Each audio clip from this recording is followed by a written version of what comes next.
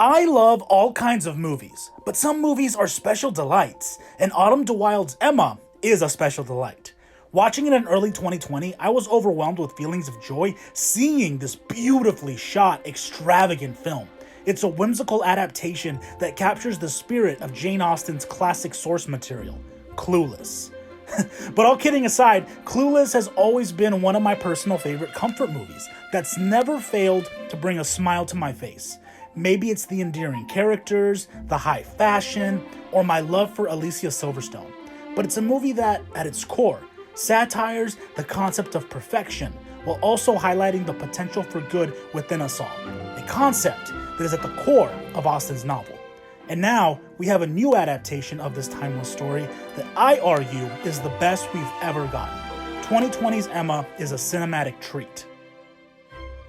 First of all, the set pieces are absurdly grandiose. With rich and vibrant color, the locations are lavish and stunning. Add to that the whimsical string and musical composition, and hands down, it is a very gaudy but beautiful period piece. It creates an absurd world of beauty and privilege that is meant to be just as absurd as it is supposed to be beautiful. But it's not just something pretty to look at. You get lost in all the paintings, wigs, and corsets, but the real charm to this movie is in its very human characters. I like how relatable all the servants and staff are as all these privileged rich kids that they serve erupt into chaos. It's so amusing to see such melodrama and dry wit take center stage in this picturesque landscape. It's comical because it feels fake, it feels artificial, and that makes it that much more absurd with this satirical humor. But that's the point. This movie is very much a comedy first and a romance second. Anya Taylor-Joy is hauntingly beautiful as the titular Emma Woodhouse, and her acting is top-notch with her subtle humor and wicked charm. She steals every scene she is in with those beautiful Bambi eyes and that wondrous smile. We see the world through those eyes, and we can see her privilege, and she comes off as a little unlikable. But as we see her wrestle with her emotions and feelings, as we see her grow as a person, we are allowed to see the real beauty within her. We can see that she is just another girl in love.